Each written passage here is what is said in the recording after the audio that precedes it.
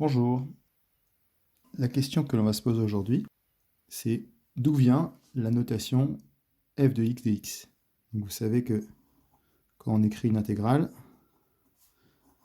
la notation classique, c'est celle-ci.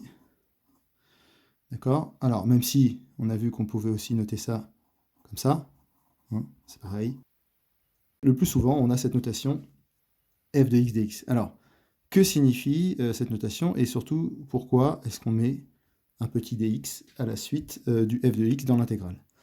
Alors pour bien comprendre, il faut repartir de la définition de l'intégrale au départ, qui est tout simplement l'aire sous une courbe. Donc cette aire, elle se situe sur un intervalle qui va en général de A à B, pour commencer.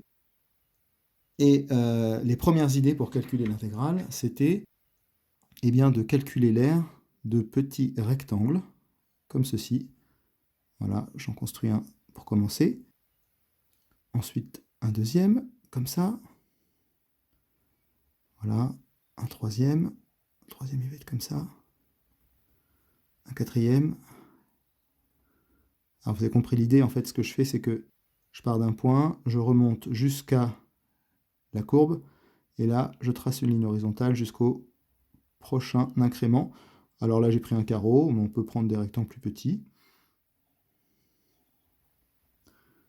Voilà, ensuite, je remonte ici.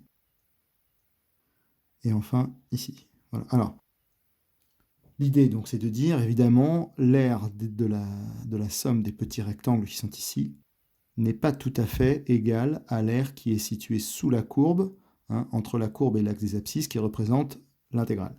C'est pas exactement égal. Néanmoins, si on prend des rectangles qui sont de plus en plus petits. Alors, c'est pour ça qu'on a appelé en fait cette largeur du rectangle dx.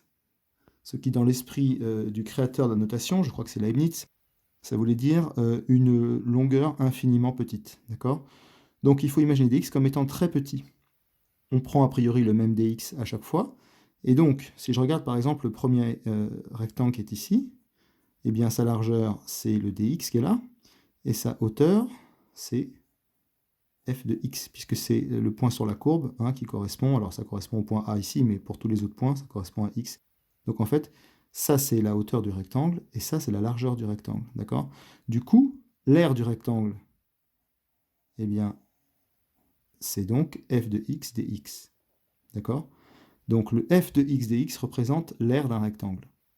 Qu'est-ce qu'on fait avec cette aire de rectangle? Eh bien, on fait la somme de toutes les aires de ces rectangles entre A et B.